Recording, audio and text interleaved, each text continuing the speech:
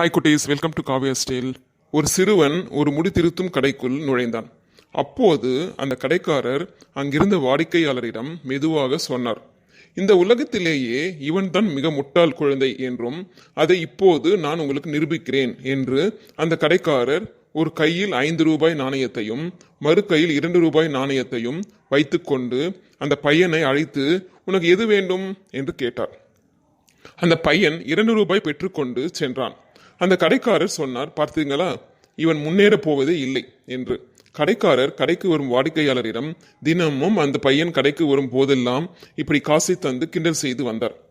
கடையிலிருந்து சென்ற அந்த வாடிக்கையாளர் அந்த பையன் ஒரு ஐஸ்கிரீம் கடையிலிருந்து வருவதை கண்டார்.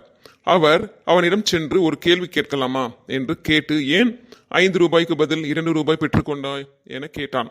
ஐஸ்கிரீமை நக்கிக் கொண்டே அந்த பையன், என்றைக்கு நான் அவரிடம் 5 ரூபாய் எடுக்கிறேனோ அன்றோடு எனக்கு இந்த பணம் கிடைப்பது நின்றுவிடும் என்றான். எப்பொழுது நீ மற்றவர்களை முட்டாள் என்று எண்ணுகிறாயோ அப்போது நீ உன்னையே முட்டாளாக்கிக் கொள்கிறாய். ஓகே ஃப்ரெண்ட்ஸ், இந்த கதை பிடிச்சிருந்தா லைக் பண்ணுங்க, ஷேர் பண்ணுங்க, சப்ஸ்கிரைப் பண்ணுங்க.